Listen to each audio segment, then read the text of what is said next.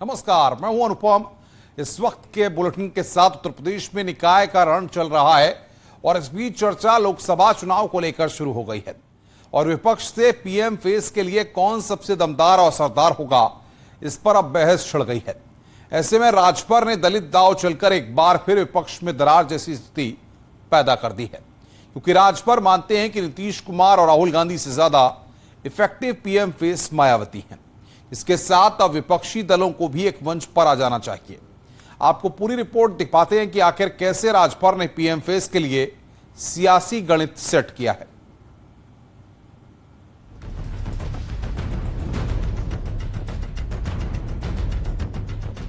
उत्तर प्रदेश वो राज्य जहां से दिल्ली की सत्ता का रास्ता गुजरता है, जहां से पीएम की कुर्सी तय होती है, उसी उत्तर प्रदेश में अब मायावती पर मायावी रण शुरू हो गया है और इस रण को और भीषण करने के लिए राजभर ने दलित दांव चल दिया है।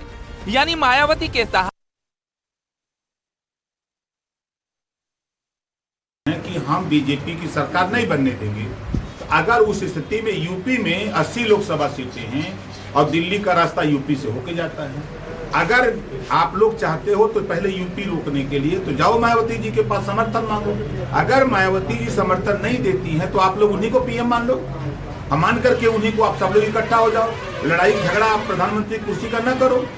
तो हम भी तो आज भी पक्षधर हैं कि मायावती जी की पार्टी राष्ट्रीय पार्टी है और राष्ट्रीय स्तर पे वोट है और एक बड़ा मोर्चा तैयार होगा। ये चारों पांचों नेता चुन लें, इकट्ठा हो जाएं और हम लोगों को ले लें साथ में, तो हमको अंदाजा 65-70 सीट यूपी में जीत जाए।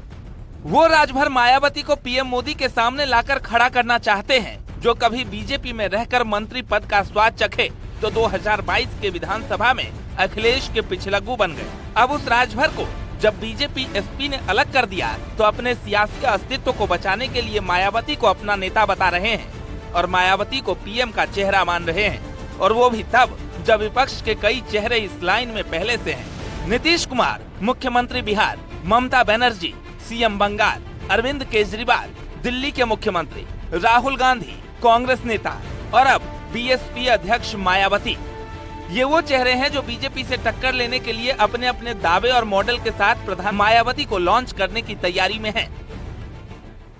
समाज पार्टी मायावती जी, समाजवादी पार्टी अखिलेश यादव जी, जदयू नीतीश जी, कांग्रेस सोनिया जी, इतने लोग इकट्ठे हो जाएं, एक मंच पे हो जाएं, तो फिर आप बताइए कि ये निकाय चुनाव कहाँ रह जाएगा। इससे तो बड़ा गठबंधन वो तैयार हो जाएगा यूपी में, तो कोई असर नहीं रहेगा। आप किधर रहेंगे आप? ये चारों नेता जिस दिन एक मंच पे हो जाएं, हमको फोन करें तो 1 घंटा पहले ही हम पहुंच जाएंगे।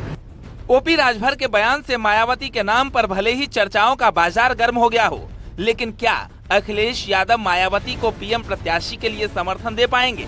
क्या अखिलेश यादव अपने जनाधार को खतरे में डाल पाएंगे? क्योंकि अखिलेश यादव निकाय के रण